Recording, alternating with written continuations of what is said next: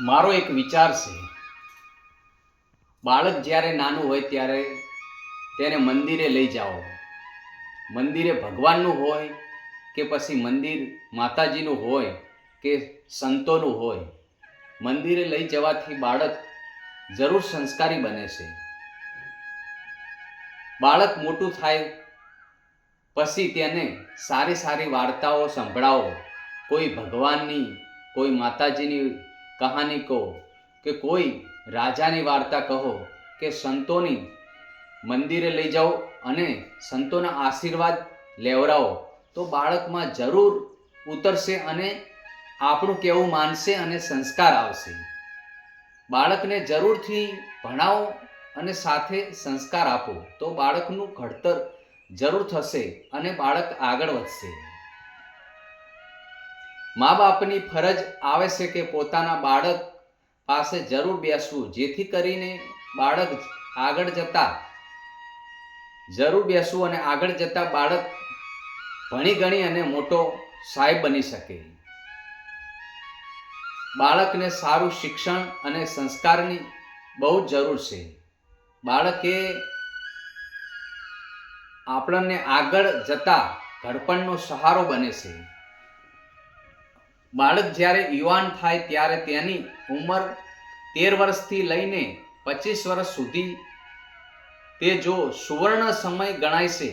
તેમાં બાળકને જ્ઞાન, સંસ્કાર અને નાની નાની જવાબદારી, સાચા ખોટાની પરખ કરાવી, માતા પિતાની, બાળકો સાથેની, કુટુંબીજનોની અને શિક્ષણની જવાબદારી બને છે. સારું ભણાયા પછી યુવાન સરકારી નોકરીમાં કે પ્રાઇવેટ નોકરીમાં સાહેબ બને છે. પછી કોઈ સારો ધંધો, પોતાનું ઘડતર અને ઘર ચલાવે છે. સમાજ સેવક બને છે. સારો નેતા, સાહેબ બને કે પોતાના કુટુંબીજનો કે સમાજ અને ધર્મ કે દેશ પોતાનું સારું યોગદાન આપી શકે છે.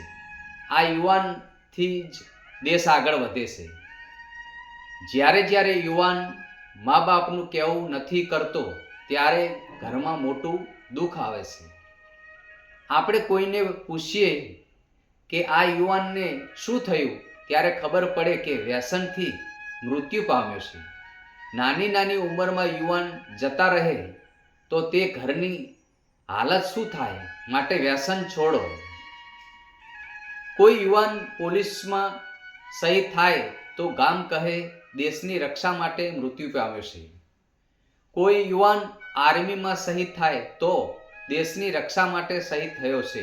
પણ જ્યારે યુવાન વ્યસનથી મૃત્યુ પામે છે ત્યારે પોતાની પત્નીનું બધું જ સર્વસ્વ લૂંટાઈ જાય છે અને મા બાપનું બધું જ જતું રહે છે. માટે કહેવું છે, જાગો સમાજ જાગો. ગામ સમાજ ભેળાઈ જાય છે. આ કળિયુગમાં શિક્ષણ, સંસ્કાર, જ્ઞાન, મા બાપનું કહેવું માનવું તો સમય કહે છે અને ગુરુનું કહેવું માનશે તો કળિયુગ કે હું ત્યાં નહીં આવું. જય માતાજી.